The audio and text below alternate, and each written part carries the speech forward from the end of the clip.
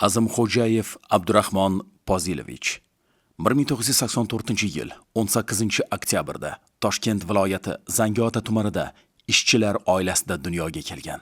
U 1991-yil 1-sentyabrda Toshkent shahri Sergeli tumanida joylashgan 268-sonli umumiy o'rta ta'lim maktabida 1-sinf o'quvchisi sifatida qabul qilingan. 2002-yil sentyabr oyida Toshkent shahrida joylashgan Qo'yliq maishiy xizmat kasb-hunar kollejiga o'qishga kirgan. 2009-yil oktyabr oyida Toshkent shahar ichki ishlar bosh boshqarmasi yong'in xavfsizligi boshqarmasining Yakkasaroy tumanini yong'indan muhofaza qiluvchi 11-harbiylashtirilgan yong'in xavfsizligi otryadi tarkibidagi 21-harbiylashtirilgan yong'in xavfsizligi qismiga gaz va tutundan himoyalash xizmati texnika lavozimiga ishga qabul qilingan.